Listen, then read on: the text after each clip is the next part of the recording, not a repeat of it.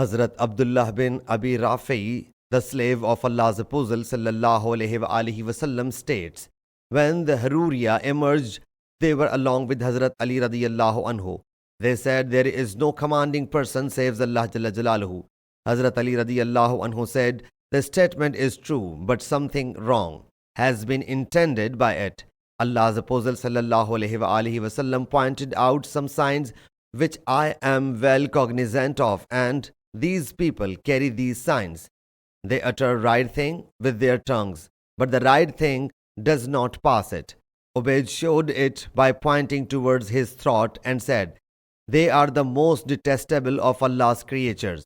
One of them is black, whose hand is like the teat of a goat or a woman's breast. When Hazrat Ali radiyallahu anhu had fought with them, he radiyallahu anhu said, find out this man. He was looked for, but could not be found. He radiyallahu anhu said, go and again search for him. By Allah Jalla Jalaluhu, neither I told a liar, nor I was told a lie. He said it twice or thrice, until the people found him in one of the ruins, brought his corpses to Hazrat Ali radiyallahu anhu and placed it before him.